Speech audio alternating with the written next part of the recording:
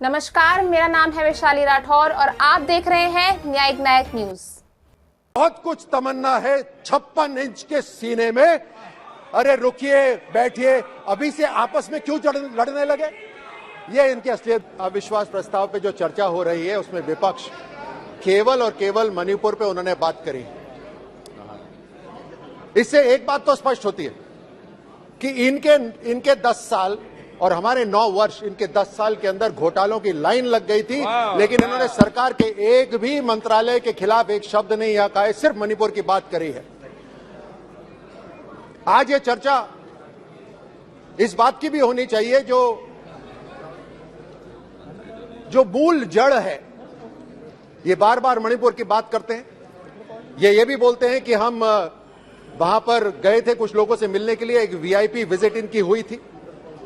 यहां पर एजेंसियों की खबर भी है और मैं अपने विपक्षियों को यह भी बताना चाहता हूं कि सदन में कुछ ऐसे भी लोग हैं जिन्होंने मणिपुर का एक एक नाला, एक एक पहाड़ी के ऊपर ऑपरेशंस भी करे हुए हैं। मणिपुर की जो जिम्मेदारी नॉर्थ ईस्ट के अंदर जो पिछले 40 साल से जो हिंसा चल रही है उसकी जिम्मेदारी कांग्रेस की है। ये कश्मीर के अंदर जो हो रहा है उसकी जिम्मेदारी कांग्रेस की है। उसी तरह पंजाब के अंदर भी जो मिलिटेंसी हुई है उसी की भी जिम्मेदारी पूरी की पूरी कांग्रेस के ऊपर है। लेकिन आज चर्चा विश्वास और अविश्वास की हो रही है, तो मैं हरिशंकर परसाई जी की उस पंक्ति से बात कहना चाहता हूं कि आत्मविश्वास कई प्रकार का होता है, धन का, बल का, ज्ञान का, लेकिन मूर्खता का आत्मविश्वास सर्वोपरि होता है जो इन्होंने दिखाया।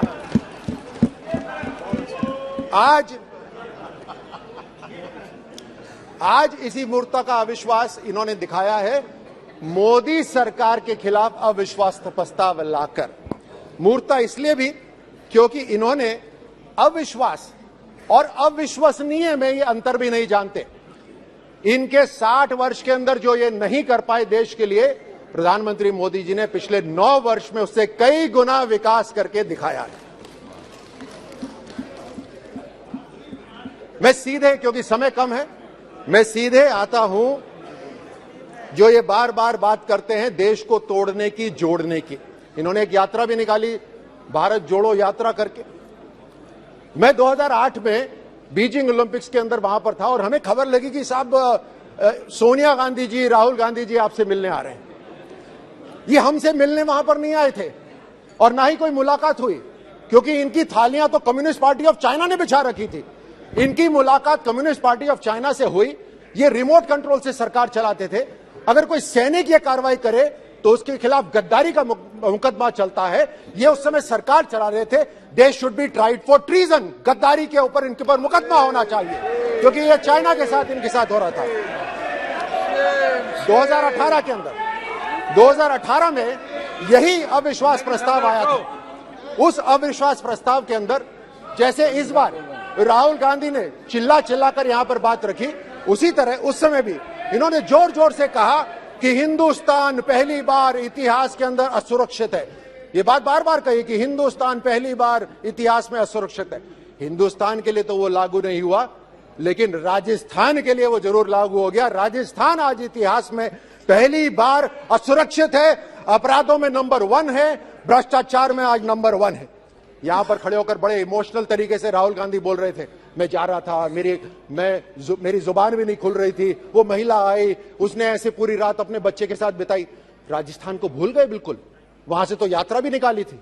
14 साल की वो मासूम बच्ची जिसने इस दुनिया को भी नहीं देखा था, उसके साथ सामूहिक दुष्कर्म हुआ, जिंदा को काटा गया, उसको भट्टी में, कोयले की भट्टी में डाला गया, लेकिन इनकी तरफ से एक ट्वीट नहीं, एक कोई शब्द नहीं। ये शर्म आनी चाहिए इनको। डूंगरपुर कम नहीं है, डूंगरपुर के अंदर एक 9वीं क्लास की शिक्षा के साथ 5 लोगों ने दुष्कर्म करा, लेकिन इनके जू भी नहीं रखती। करौली के अंदर एक 21 साल की लड़की, आप बात करते हैं अगर इमोशन, अगर आप किसी के पिता है तो इस बात को समझिए, 21 साल की लड़की को पहले अगवा करा गया। और यहां पर आप ही की सरकार के जो मुख्यमंत्री है वो कहते हैं कि राजस्थान के अंदर तो अपराध ज्यादा इसलिए हो रहे हैं क्योंकि हम एफआईआर तुरंत दर्ज करा देते हैं। वो भी झूठ है, क्योंकि जब उसको अगवा करा गया उसके माता पिता तुरंत पुलिस स्टेशन गए कि हमारी बेटी को बचा लो। कोई एफआईआर नहीं हुई, उन्हें धक्के मार के बाहर निकाला गया। अगले दिन उसके साथ दुष्कर्म हुआ, उसको गोली मारी गई, और गोली से नहीं मरी तो उसके ऊपर एसिड फेंका गया, एसिड से नहीं मरी तो उसको कुएं में डाला गया। शर्म आनी चाहिए इनको। यहां पर इनकी यहां पर बात खत्म नहीं होती, यहां बात खत्म नहीं होती। इनके मुख्यमंत्री कहते हैं, इनकी पार्टी के ये इतनी जो संवेदनशीलता दिखा रहे हैं कि ढोंग रच रहे हैं, इनके मुख्यमंत्री कहते हैं ये जितने भी रेप विक्टिम्स हैं आधे तो झूठ हैं, ये इनके मुख्यमंत्री कहते हैं। वो बोलते हैं बाकी आधे जो हैं वो उनके रिश्तेदारों ने कराए, यानी पीड़िता के ऊपर एक और आरोप लगा दो झूठ बोलने का। यही नहीं, इनके मंत्री सदन के अंदर खड़े होकर ये बोलते हैं कि हाँ राजस्थान रेप्स में नंबर 1 है, और फिर मुड़के बोलते हैं क्योंकि राजस्थान मर्दों का प्रदेश है, और उसमें उनके विधायक ठहाके लगा के हंसते हैं। ये है कांग्रेस का असली चेहरा। ये 17 बलात्कार हर रोज राजस्थान के अंदर होते हैं, 7 हत्याएं हर रोज होती हैं। आप कहां मणिपुर की बात कर रहे हैं? आप ही के मंत्री ने वहां सदन में खड़े होकर यह बोला कि मणिपुर की तरफ नहीं, अपने गरेबान में झांकिए। उसका मंत्री पद छीन लिया गया, उसको वहां सदन में मारा गया। ये इनकी असलियत है कांग्रेस की। ये इनके, आपको असलियत बताता हूं कांग्रेस की असलियत, और ये आंकड़े हैं, ये मैं नहीं कह रहा। इनके विधायकों के बेटे, विधायकों के भतीजे, विधायकों के पीए, उनके ऊपर दुष्कर्म की एफआईआर हो रखी है। ये है असलियत इनकी, लेकिन उनके ऊपर कोई कार्रवाई नहीं हो रही। गर्भवती महिलाओं के ऊपर ये जो पैसे बनाते हैं, वो इससे ये अपनी जेब भराई कर रहे हैं। तुष्टीकरण का उदाहरण तो राजस्थान के अंदर इतना भद्दा हो रहा है, शायद ही किसी भी प्रदेश, भारत के किसी भी प्रदेश में हो रहा हो। ये 4 साल के अंदर 10 पुजारियों की हत्या हुई है। धार्मिक स्थल बचाने के लिए संतों ने अपना आत्मदाह करा है राजस्थान के अंदर। 300 साल पुराना शिव मंदिर तोड़ा जाता है, उसके ऊपर बुलडोजर चलता है। सालासर के अंदर दरबार का बुलडोजर चलता है, उसको तोड़ा जाता है। यह है इनका तुष्टीकरण। एक खास समुदाय के लिए इनकी सरकार वहां पर एक आदेश पारित करती है। सुनिए, एक आदेश पारित करती है इनकी राज्य सरकार कि एक खास समुदाय के लिए बिजली कटौती नहीं होगी क्योंकि उनका एक त्योहार है, हमें उनसे कोई परेशानी नहीं। लेकिन उसी समय वहां पर हिंदुओं का भी त्योहार था, रामनवमी मनाई जा रही थी, उस पे डीजेस के ऊपर बैन लगाए गए, पोस्टर्स के ऊपर बैन लगाए गए, धारा 144 लगाई गई। और यही नहीं, भजन कौन से बजेंगे उसकी अनुमति भी कांग्रेस देगी। ये असलियत है कांग्रेस की तुष्टीकरण की। उदयपुर के अंदर कन्हैया लाल की हत्या हुई, न जाने कितने कन्हैया मारे गए हैं, वो तो उनका वीडियो नहीं बना। यह है असलियत राजस्थान की, लेकिन इन्होंने कोई एक्शन नहीं लिया। इन्होंने माहौल ऐसा बना दिया है वहां पर, सभापति जी, ऐसा माहौल बना दिया है कि एक खास समुदाय के लोग पुलिस थाने के अंदर खड़े होकर वो खुलेआम हिंदुओं को धमकी देते हैं, लेकिन इनकी सरकार कुछ नहीं करती। पीएफआई बैंड है यहां पर, गृह मंत्री जी ने कल बताया पीएफआई पूरे राष्ट्र के अंदर बैंड है, लेकिन पीएफआई राजस्थान के अंदर पुलिस प्रोटेक्शन के साथ मार्च करती है। यह है असलियत इनके चेहरे। कहीं ना कहीं इन बाहर की कोई ना कोई एजेंसी, कोई ना कोई संगठन, बाहर की कोई ना कोई एजेंसी कहीं ना कहीं इनके साथ मिली हुई है। मैं तो वापस उसी पे जाता हूं, क्या एमओयू हुआ था उस समय चाइना के साथ, जो आज तक भारत को नहीं पता। कहीं ना कहीं इन्होंने भारत को तोड़ने के लिए सुपारी उठाई हुई है, भारत को ये तोड़ना चाहते हैं हर तरह से। राजस्थान के अंदर दलितों के ऊपर अत्याचार हो रहा है। पिछले 4 साल के अंदर 60% दलितों पर अत्याचार बढ़ा है। बीकानेर के अंदर दलित महिला के साथ दुष्कर्म होता है और उसकी हत्या कर दी जाती है। जालौर जिले के अंदर एक 9 साल के दलित लड़के को मार दिया जाता है क्योंकि वो पानी पीने गया था। जम्वा रामगढ़, मेरे अपने संसदीय क्षेत्र के अंदर एक महिला टीचर, मतलब टीचर तक को भी नहीं छोड़ा, एक महिला टीचर को जिंदा जलाया गया वहां पर। ये दलितों के ऊपर अत्याचार ये कर रहे हैं। इन्होंने हर तरह से धोखा दिया है। मैं घोषणा पत्र पर आता हूं, इन्होंने घोषणा पत्र में भी धोखा दिया है।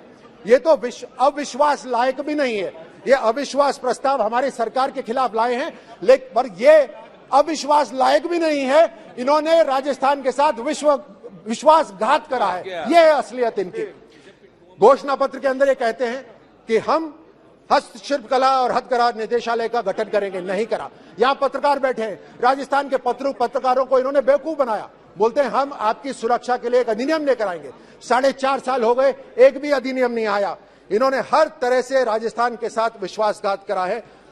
और अविश्वास प्रस्ताव किसके लिए लेकर आए? एक ऐसी पार्टी जिसने जो कहा वो करा, एक ऐसी पार्टी जिसने बोला धारा 370 हटाएंगे तो हमने हटाया, हमने बोला राम मंदिर बनाएंगे तो हमने बनाया, हमने बोला आतंकवाद को मुंह तोड़ जवाब देंगे तो हमने दिया। हर तरह से उस सरकार के खिलाफ ये अविश्वास प्रस्ताव लेकर आए हैं। मैं इनसे आग्रह करता हूं अगली बार यह घोषणा पत्र दें तो उसमें एक स्टार लगाएं, वो स्टार लगा के बोले टर्म्स एंड कंडीशंस अप्लाई, क्योंकि ये झूठ बोलते हैं, झूठ बोलने वाले। मैं अभी खत्म करता हूं, अपनी बात खत्म करता हूं ये कहकर कि जब जीत न सके बाजी वे हाथ मलने लगे, जब जीत न सके बाजी वो हाथ मलने लगे। आसमां सी ऊंचाई, प्रधानमंत्री मोदी जी और मोदी सरकार के लिए बोल रहा हूं, आसमां सी ऊंचाई देख वो जलने लगे। अभी तो बहुत कुछ तमन्ना है 56 इंच के सीने में। अरे रुकिए, बैठिए, अभी से आपस में क्यों लड़ने लगे? ये इनकी असलियत। बहुत बहुत धन्यवाद।